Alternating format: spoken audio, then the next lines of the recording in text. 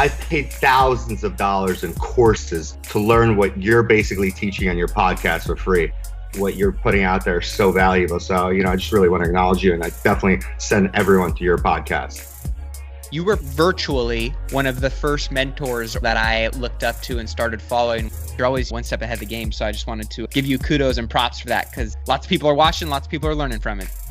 Tucker and the whole TTM crew, Dan and Chris, thanks so much for your support. I love what you guys do, and a huge, huge fan. Having this support's huge. So I'm grateful for that.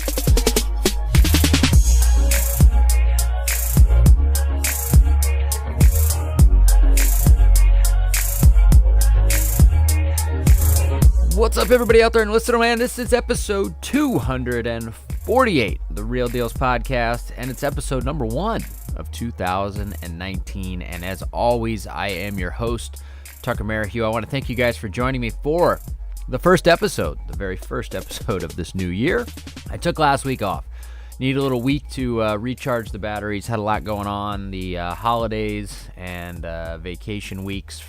Well, we didn't really take a vacation, but we had a lot going on, and I just ran out of time last week, to be honest with you. So we didn't get a show out for the first time in a long time, but, I guess I'm entitled to a week off here and there. And so, anyway, last week was the week I decided to take it. But I'm coming back with a vengeance. I've got a great show for you guys this week. I've got a topic that, as I was spending the this past weekend, kind of scrolling through some of our online Facebook posts for some of our real estate groups, I saw a post, and it seemed to catch fire, and it showed kind of two sides of this business, and it really got me thinking that this is a pretty hot topic for a variety of reasons, because there's two different vantage points and two different ways to look at this. And so what I want to do is kind of clear the air and talk about the two different ways that you need to look at this and really understand what drives what you can get away with. Essentially, there's no better way to put it. So the title of this week's show and what we're going to talk about is wholesale fee etiquette in 2019. And let me tell you, wholesale fee etiquette has changed dramatically as the market has gone up and down, mainly up over the last 6 or 7 years, which is where most of the people in this group where I saw this post happen were chiming in. They all know this is a hot market and a market where property easily sells, and because of that, you could tell just in the tone and the way that their comments were coming through. There was one individual in our DFA, Mr. Elliott Smith, got to give him a shout out. He was in there chiming away, speaking some logic. Some people weren't really listening, but I think at the end it all turned out. So it's not meant to be a divisive episode by any means, but I just want to go through the logistics and the reality of assignment fee etiquette and how it's changed over the years and how it's going to change very likely as we move into 2019. It's not going to stay stagnant, that's for sure. Before we get into the rest of the show and what's going on with myself and TTM, I want to go over some housekeeping items, and this week's housekeeping items are super important. And the reason being is because the first one is our Driving for Dollars app. For those of you guys that are using it, you may have noticed, or you may not, just depends, that we are getting data from a new data provider. So all of the data that you are getting through the app right now is skip trace verified quality data. And we're pulling it through a new API from a new skip trace data provider that actually provides all the skip trace data to all the big skip trace companies out there that you know of. We're going directly to the source, we're utilizing them, and we're filling in our data with that skip trace verified TLO level data. So for all of the data points that you're getting right now in the app, that's as good a data as you're going to get. On top of that, and this is the cool thing, this is the transformation that's taking place this month, and this is why you should get the app on your phone if you don't. It's called the Driving for Dollars app. It's in the iTunes Store or the Google Play Store, depending on which kind of phone you have. It's a little blue logo. It says Driving for Dollars app. The changes that are coming this month and the additional data points that you're going to get are phenomenal. Now, we're on the back end, we're coding all of this, and it sounds simple in theory, but it's kind of a pain in the butt when it comes down to it on the coding side, and it just takes a little bit of time. And we need to make sure that we don't fill the app with bugs so that then when you use it, it crashes on you or it doesn't work properly. So we're rolling it out as fast as we can, but here's what's coming. We're going to basically institute all of the important contact information that you get from a skip trace. And we're going to make that available to you in a very easily usable format that's exportable that then you can plug and play with all of your marketing campaigns. So here's what you're going to get. By the end of the month, you're going to have the owner information, obviously, of who owns any given property. You're going to have the last 3 known addresses, and it'll rank it in terms of which address the skip trace feels like they're at. Could be the subject property, it could be other properties. It just depends on whether or not it's owner occupied or non-owner.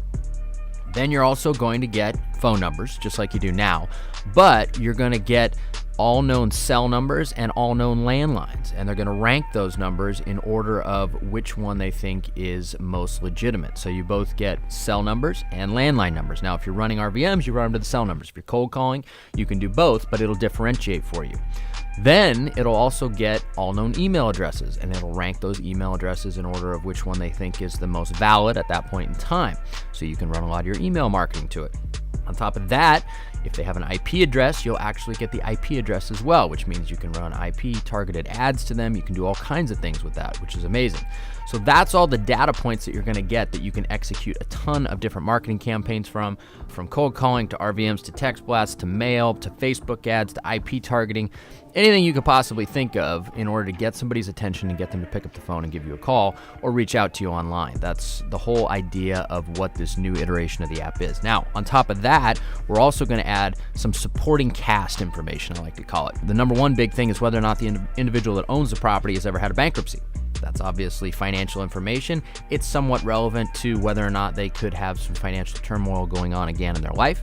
You're also going to get the age of the homeowner. Now, most of the people that we buy properties from are over the age of 60. The reason being is because they have substantial equity and it gives the home time to have some deferred maintenance. But it'll give you the age of the homeowner, which is important information, not completely necessary in terms of contacting them, but important in terms of supporting cast. And then last but not least, you'll get the last sale date. And that's always important because, of course, if they just sold, then the likelihood of you being able to buy it at a great deal is probably slim to none. So that's the additional supporting cast data that you're going to get on top of all of that information that you can use to contact them and build out your marketing campaign. So it's going to be a tremendous value. It's a no-brainer, really, at the end of the day, and you can run, as many lists as you want in any given month. You can build as many lists as you want in different pockets, and then you can execute the marketing to those lists very easily. Now, beyond that, we're going to build out a secondary interface, and this will be coming in February, where you can do one-off skip traces based on people or addresses. So you can either build a list or you can do individual skip trace, just like you would with a TLO or something like that. So we're super excited about this new iteration of the app, and we're trying to take away all the barriers and hoops that you have to jump through if you're trying to skip trace people and you need to get set up with a TLO or something along those lines that has a $99 a month minimum fee. All right, guys, the second thing that I want to talk about here real quick is for many of you out there, being a part of a group mastermind like our Deal Finders Academy is a great way to go. We've got about 120 of some of the best investors from across the country. It's $199 a month. It's a great way to have questions answered, get advice, rub virtual elbows with some of the best investors from all over the country on a daily basis, and pretty much get questions answered on demand. But for some people, having some one-on-one help, having somebody to help you build out your business is imperative. And so because of that, we created our REI Deal Generator program, which you've probably heard me talk about a fair bit. But we're on to our second round. We had our beta round of people. It was an awesome experience, not only for myself, but for everybody in the program as well. And now we're on to round 2. And we've got a limited number of slots, like I said before, and when we did our beta group. We really don't want to overextend ourselves. We want to be able to give all of our students the best information that we can and coaching along the way to help them get over the proverbial hump in this business. So this program is unlike anything else that's out there. Some of the big box programs, you basically pay a bunch of money, they give you coaching, and they turn you loose and they say, go figure it out. Well, the difference with ours, of course, is that we not only tell you what to do, but we help you execute the marketing along the way. Justin Silverio, my partner, obviously owns Open Letter Marketing, and because of that, we can not only design your marketing, we can execute on it as well. And we not only can do your direct mail, we can do your RVMs, we can do your text blasts, we can do your IP targeting, we can do all those things after we help you pick your farm areas and determine where it is that you want to market. And a portion of the money from the program actually goes to the marketing that you do, as well as Justin's CRM, which is just an amazing tool in terms of being able to take the leads in, make sure that you're not missing out on any follow-up, organize them, set up follow-up campaigns, and really just run your business like a business. There's all kinds of other perks and great things about the program as well, but we've got a handful of students that we're going to be taking for round 2. We had 6 for round 1. We're probably going to do about the same for round 2. That way we can maximize our ability to give value, but this is going to be probably this week and next week or the last 2 weeks before we'll have it filled up. So if you're at all interested in the program, I strongly urge you to reach out to us. There'll be a link in the show notes, and reach out to Dan. He'll have a form for you to fill out. He'll have a call for you to jump on, and we'll see if it's a good fit for you. But really, this program is about helping you build your marketing machine, helping you get over that proverbial hump at the beginning of this business, which is the difficult part of this business, which is spending money, knowing where to spend it, how to generate leads, and then how to take those leads and turn them into dollars. And so we really want to help you get over that hump, and especially as we head into 2019, which I think is going to be full of opportunity when it comes to finding nice, fat, juicy deals. And we want to be able to give you the keys to the castle in terms of being able to generate leads and deals on demand through this program. So reach out to us, and we'd love to hear from you. That pretty much wraps up our housekeeping items, so let's jump into what's going on with myself and TTM over the course of the past week. I can tell you we've had a lot going on, which is part of the reason why I didn't do a show last week. Number one, and probably most important, this past weekend, I went to the Blazer game, sat about 3 rows back, and got to watch James Harden and all of his shenanigans up close and personal. And I can say he is full of shenanigans, and he is the reason why, a lot of people don't like him. I understand why. Let's just leave it at that. There was a lot of fans heckling him. But the whole reason I was at the game is the bigger point here, is that I turned 39. I've got 1 more year left in my 30s before I hit the big 4-0. So I got to make a big push, right? Everybody always makes a big push before they turn 40, and then you turn 40, and, well, then you're just 40, right? Nothing really changes other than the fact that you say you're 40. But I'm 39 as of this past weekend, so that was a big deal. On top of that, though, I hope all you guys listened to the last episode that I did in 2019, or 18, I should say, where I really talked about goals. And one of the biggest goals that I've got for myself this year is I'm trying to be more productive with the time that I have. And it's truly a challenge because I've got 2 kids that are, 3 and 2 respectively, 2 dogs, of course, a wife, family, business, a lot of different aspects to the business. So I'm juggling a lot of things, and so I'm trying to figure out how I can maximize my efficiency when I'm doing any given thing, or how I can block out my weeks so that I can get the most done with the time that I have. And I think, it really doesn't matter at what point in the journey you're on in life, you can always be more efficient. And so obviously I've got to be fairly efficient to get all of this out, and the content and the other side of the business and the app and everything that we do, but I want to be even more efficient as we move forward, and I think that we can do that. So that's one of my biggest goals for 2019. Hopefully you guys set some goals for yourself as well. But on top of everything that we have going on the education and the technology side, we've also got 2 of the biggest projects that we've ever done going on right now. Number one is we picked up our building permit for our most expensive spec home that we will ever build, or have ever built, I should say. I won't say ever built because I don't know how expensive the most expensive one is yet. But we're going to be building a $3 million spec home in Dunthorpe. We picked up the building permit this past week. If any of you guys follow me on Facebook, you saw that the building permit for that house actually ended up being about 25% of the cost of what the same building permit would cost for a house that would sell for, say, $400,000 in the city of Portland. So a little bit of ass backwardness going on with the city of Portland and the way things are.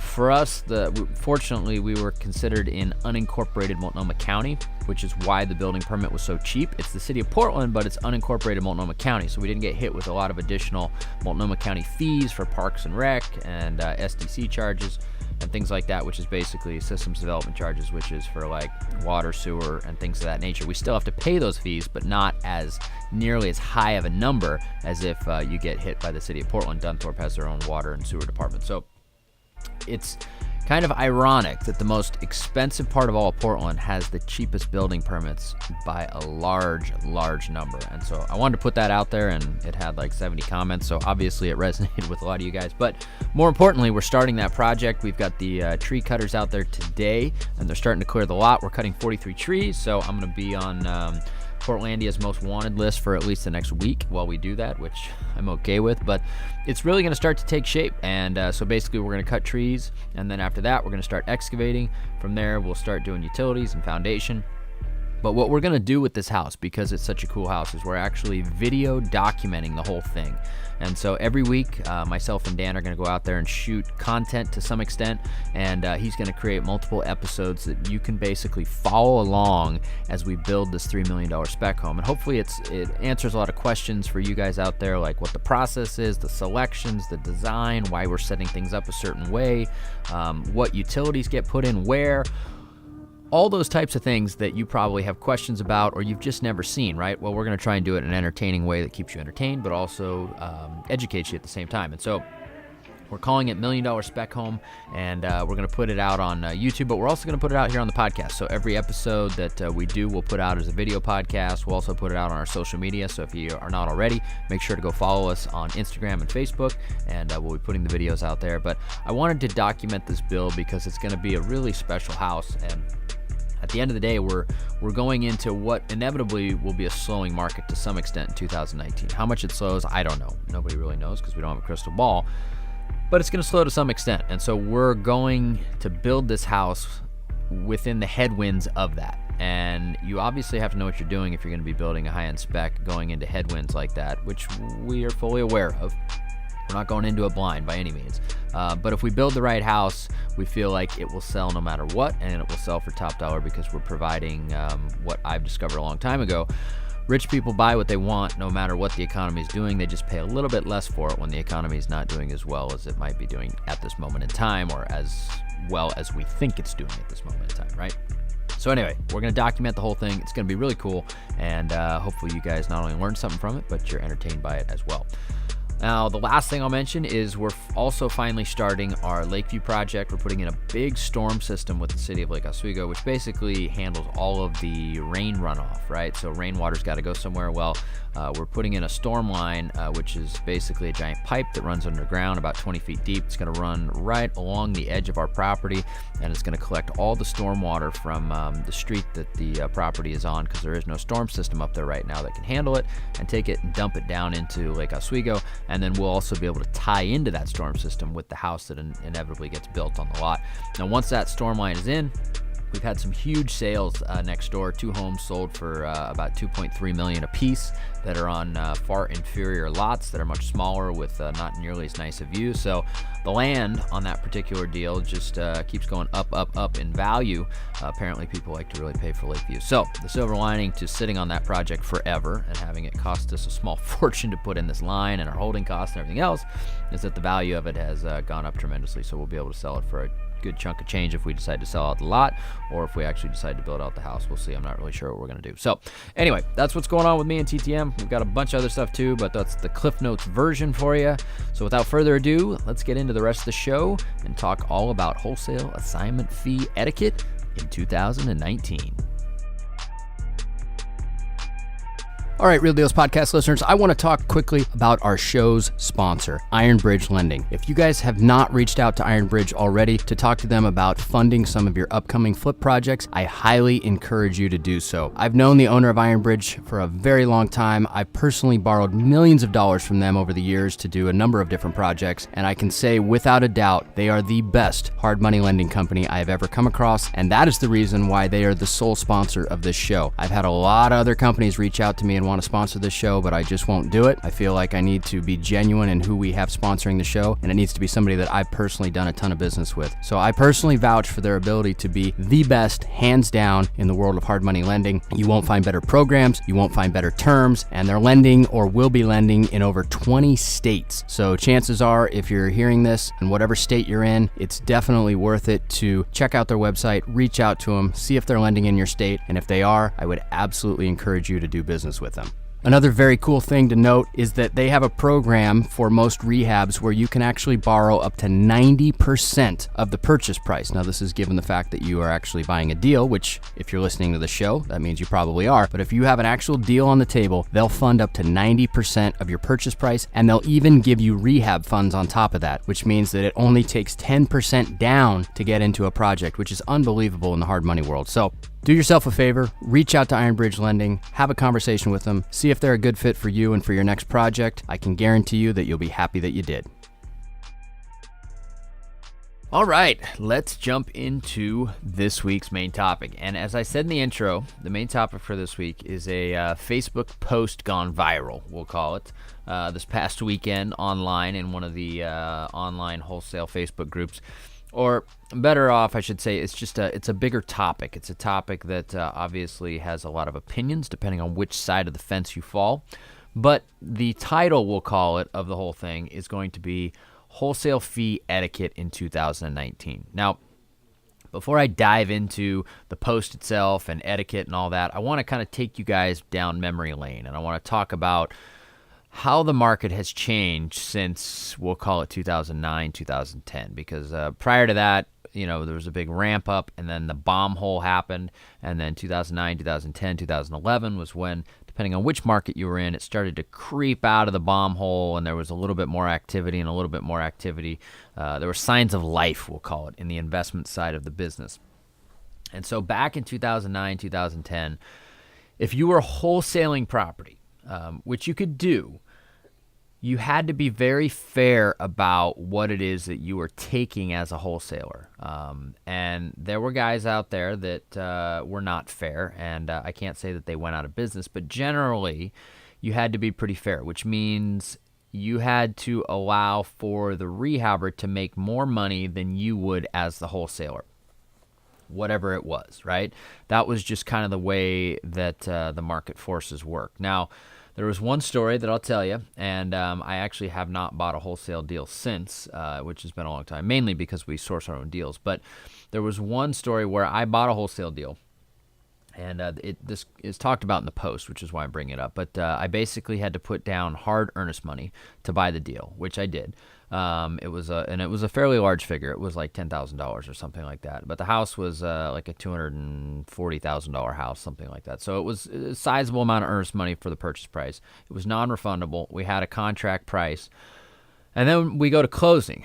Problem is that it was a house that was bought at auction. So we basically bought it from an auction buyer. The auction buyer had to wait for the deed to come, because you basically buy at auction and then you wait for the bank to deliver the deed, and there's no set time frame under which that happens. Usually it's within a week, but sometimes it can be longer. And so what happened is that it took like 2.5 weeks for the deed to show up so that then they could sell the property to us. And I went to closing, and what that individual had done is he had basically taken his money costs from the time that we executed the contract to the point that we were actually able to close when he got the deed, and he added that money onto my sales price. And I called the guy who was basically the runner for the company that was selling these, and I said, what the fuck is this? And he's like, sorry, man, it's his cost. He says, you got to eat it. And I said, I was basically over a barrel because I'd already given him 10 grand. And so I could either walk, and this was a sizable amount of money. It ended up being like another $2,000 or something that I ended up just having to cover. But my whole point to this is that I never bought another property from this individual again. I was done with them, have been forever. And for many of you that know me personally, I've brought up the story before. And I'm not going to put the guy on blast on the air, but it was just shitty business. It was bad business. And as it turns out, he also took a much bigger assignment fee at the end of the day than we ended up making as a rehabber when it was all said and done. And so it just ended up being a bad deal. And because it was a bad deal, I never bought from him again. Now, there's a lot of other people that ended up in that same boat, not only with this guy, but with other wholesalers that operate the same way, is they basically got burned once and then they never buy from them again. And there's a lot of people that run business models that way, where they wring out every dollar that they possibly can, and they sell the house to basically dumb money, or a sucker, we'll call it. In this case, I was the sucker, or the dumb money. And, they take as much money as they can, and they're gone. Now, I will say this, there's a caveat to that, and there's a way to sell a house for as much money as you possibly can, where you should not feel bad about it whatsoever, and I'll dive into that here in a second. But the point is that back then there was a little bit of etiquette, and the etiquette was not followed by this individual, and so I never bought from him again, and he's got a real bad rap around town, and he's got to constantly find new, dumber buyers, because old buyers don't stick around because they know how it works, and they just don't like it. And so there's a big influx of people right now that are in this business that act like said individual. They act like, it doesn't matter what I make. All that matters is that you're happy with the numbers. And yes, I agree with that statement. I do. Now, there are a couple caveats to that, but I agree with that statement in theory. The problem is, and here's the problem. The problem is that a lot of times wholesalers have no idea what it's going to cost to fix a house. And they're selling a property to, we'll call them somewhat novice rehabbers who aren't really confident in what it's going to cost either, but they think they know, right? And so then they end up getting into projects that cost them a lot more money, and they end up making next to nothing at the end of the day, or just a few bucks once they actually exit the project if they're lucky.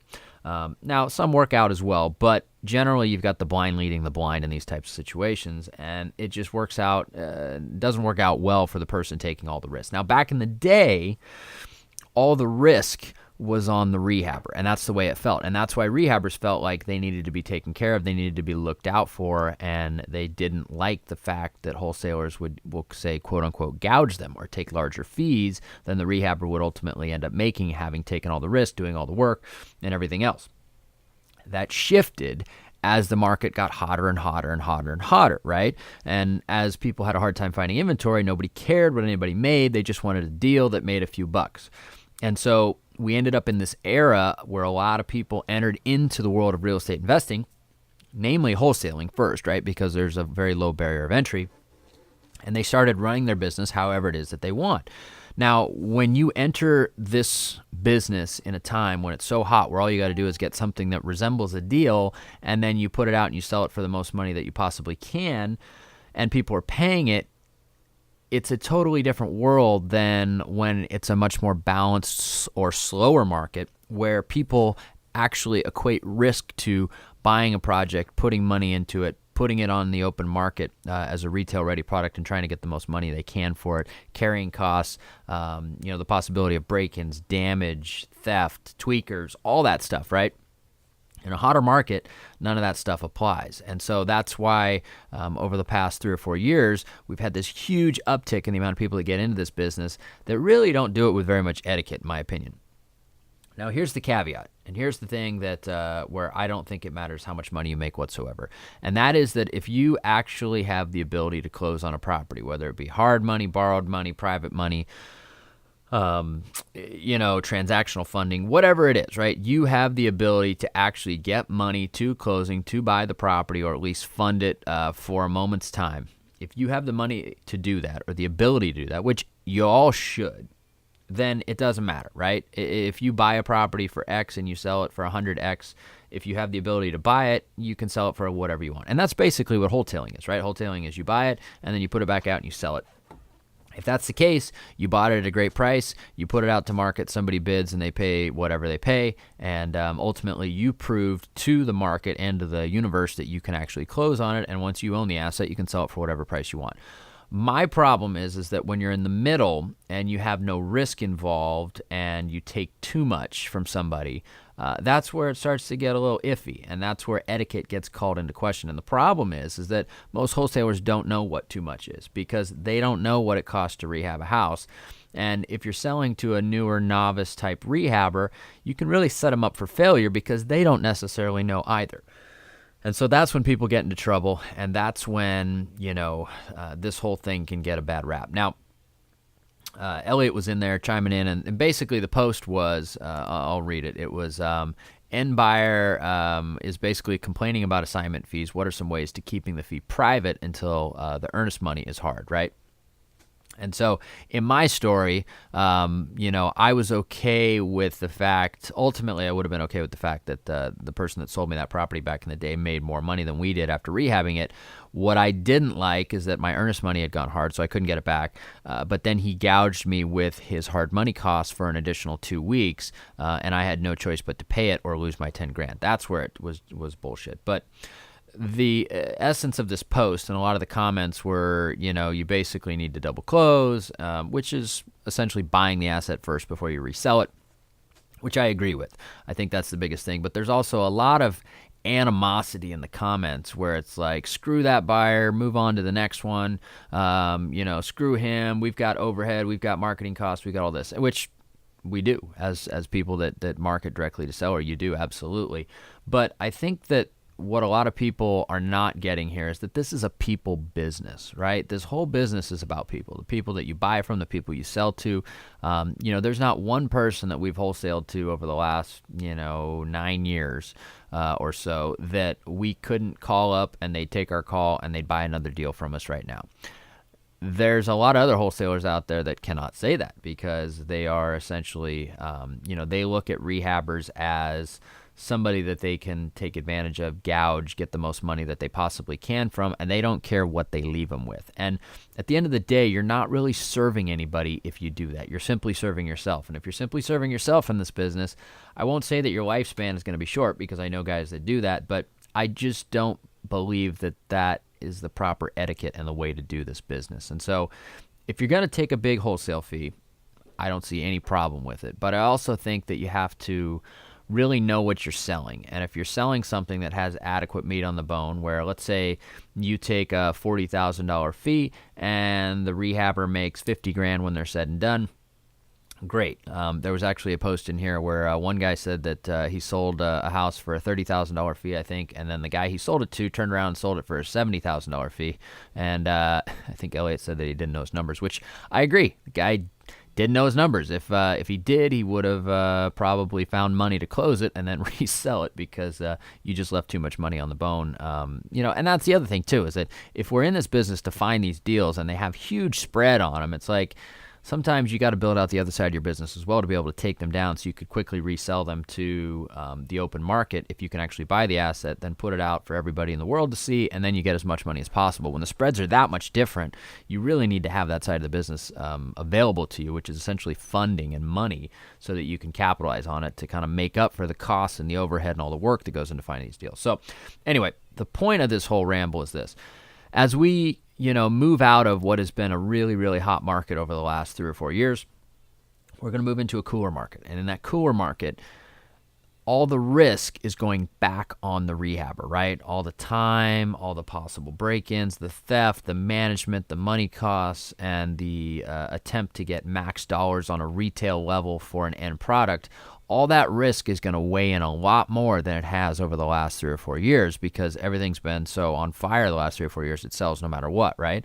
And a high tide raises all ships. As the tide starts to go out, rehabbers are going to expect that they're taken care of more by wholesalers. And if you're a wholesaler that's not taking care of your rehabbers, you're really going to get punched in the nose over the next probably 12 to 18 months, metaphorically speaking, of course, because, people aren't going to want to buy from you because you're not going to recognize the fact that the tide is turning and the risk tolerance for people is turning, and people expect a little more if they're going to be taking on that risk as we head into 2019. So that's how I see 2019 going. It's going to transition back to probably 2012-ish levels, and then where it goes from there, I don't know. But 2014, 15, 16, 17, things were so hot, it just was crazy. Like people just buy a deal because they knew they could resell it.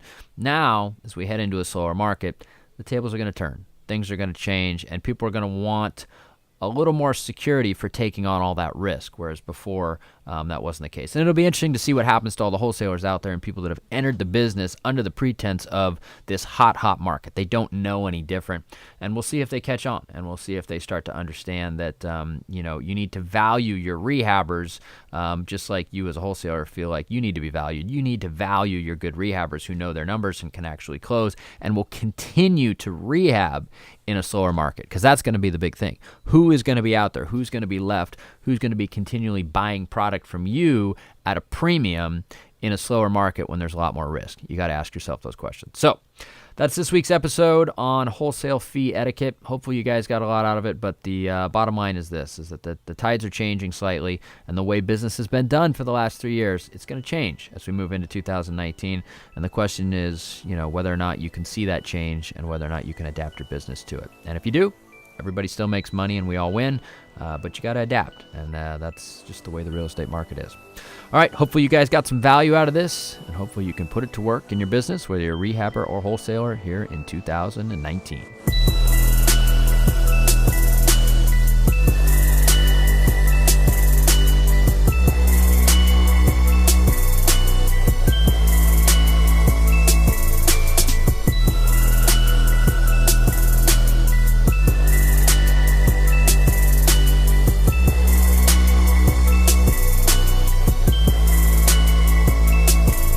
All right. I hope you guys enjoyed this week's show. A little bit of controversy, but I think it was a good topic. I think it was one that you guys could learn a lot from, and I wanted to speak from it from both vantage points, right? From wholesaler and rehabber, person with deal to person buying deal. And hopefully we can all see both sides of the coin. If we do that, we can run a better business. And if you run a better business, you're going to have longevity and just a lot more success overall in this business. And it's a great business, and I want all you guys to have that. So hopefully you were able to take some good information from it and you can put it to work. Now, before I leave you this week, as always, I have a closing success quote. And this week's quote is by Peter Drucker. And it's just a general entrepreneurial quote because, that's what we all are, really, at the end of the day. And the quote goes, "Entrepreneurship is neither a science nor an art. It is a practice." That I couldn't agree with more. You got to practice entrepreneurship to actually be good at it. There's no other way to do it. No question about that. All right, guys, this wraps up episode 248. I'll see you all next week.